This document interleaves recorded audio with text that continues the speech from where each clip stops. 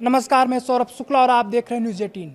पश्चिम Asia संकट की आग के बीच अमेरिकी विदेश मंत्री मार्को रूबियो भारत दौरे पर हैं और इस दौरे के दौरान रूबियो ने ऐसे बयान दिए हैं जिसने पूरी दुनिया, खासकर चीन और रूस के कान खड़े कर दिए हैं। कभी रूसी तेल खरीदने पर भारत को आग दिखाने वाला अमेरिका आज दिल्ली आकर न सिर्फ बैकफुट पर नजर आ रहा है, बल्कि उसने भारत को खुश करने के लिए एक बहुत बड़ा कूटनीतिक दांव चल दिया है। अमेरिका ने भारत को एनर्जी सिक्योरिटी यानी ऊर्जा सुरक्षा को लेकर एक बम्पर ऑफर दे डाला है। दर्शकों, आपको याद होगा कि कैसे यूक्रेन युद्ध के बाद जब भारत ने रूस से सस्ता तेल खरीदना शुरू किया तो वाशिंगटन से कई बार दबी छिपी धमकियां और नसीहतें आई थीं। अमेरिका ने टैरिफ का दबाव भी बनाया था, लेकिन भारत अपने राष्ट्रीय हित पर अडिग रहा था। अब जरा रूबियो के बदले सुर सुनिए जब न्यूज़ 18 ने उनसे सीधा और तीखा सवाल किया कि क्या रूसी तेल की खरीद को लेकर भारत और अमेरिका के मतभेद खत्म हो चुके हैं। तो रूबियो हमारा तो मतलब नहीं था वाले मूड में नज़र आ रहे हैं। रूबियो ने कहा कि हमारी नाराज़गी कभी भारत से थी ही नहीं, हमारा असली निशाना तो रूस था।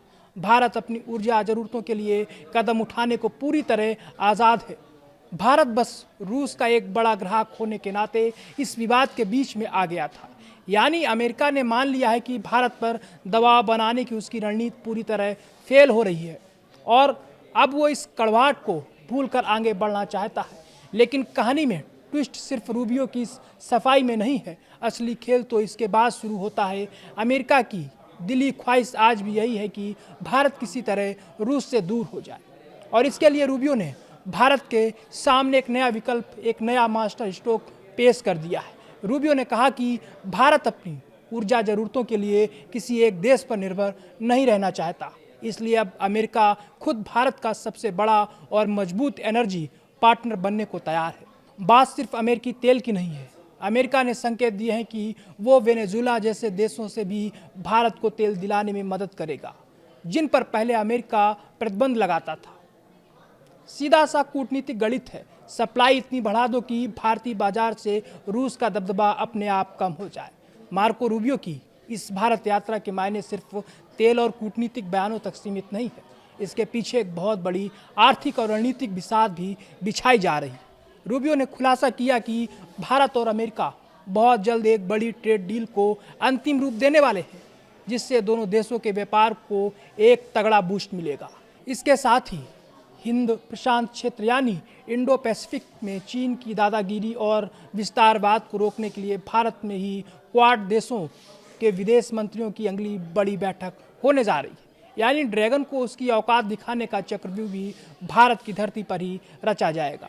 साफ है कि प्रधानमंत्री नरेंद्र मोदी की नेशन फर्स्ट यानी देश हित सर्वोपरि वाली नीति के सामने महाशक्ति अमेरिका को भी झुकना पड़ा है।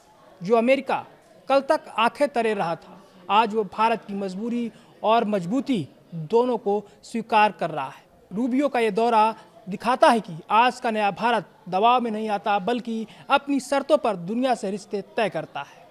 We're also using India as the forum for our next Quad meeting for foreign ministers. In fact, it was the first meeting I ever did as the Secretary of State was a Quad meeting, and we were due for another one, and so we felt this was the right place to do it. We have a lot of commonality, obviously. There are a lot of investments in the United States by Indian companies. So I view this visit as much as anything else as sort of a continuation and just continuing to build on what we already have as a foundation and the progress that's been made in just the last year and a half in the second Trump administration. Okay. Secretary, are India-US differences over Russian oil purchases now largely behind us? Well, the Russian oil purchase issue obviously had nothing, it wasn't about India. It was about a desire to impose a cost on Russia because of the war in Ukraine. And India just happens to be a big purchaser, but it was never aimed at India per se. There's been some new dynamics in place nonetheless since that time. And so I think what you've seen, though, is that in the process of addressing that, we've also seen an opportunity for India to continue to its plan, its already pre-existing plan, to diversify its energy sources. And that includes the United States and potentially some other countries like Venezuela.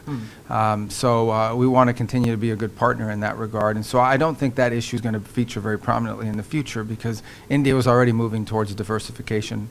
And so, as I said, and hopefully the war in Ukraine will end. Secretary, State Department release says that the focus of your visit is going to be defense cooperation. for any contingency that might happen in the future, and that people oftentimes think that means a war, but it could also mean a humanitarian crisis somewhere in the Indo-Pacific where jointly we could be able to respond together to that. I think the straits remind us of how important shipping lanes are and how important protecting global shipping is to both of our economies, and so the ability of our navies and our forces to work together and practice together and learn about one another will allow us in a contingency somewhere down the line to be able to work together. As far as joint production, that would be ideal. I mean, obviously that's something we have to build on, but that would be ideal because India has tremendous capacity. Yeah. It has a very highly skilled workforce, and I know our companies are very interested in producing here, and we I think, not just the United States and India, but multiple countries around the world have a need to develop their defense industrial base, and I think India could be a tremendous contributor to that. Okay. Secretary, what does United States expect from India as far as the West Asia crisis is concerned? And perhaps since you are here in India, I would also like to use it as an opportunity to ask with you the status of the negotiations going on, because it is impacting my country as well.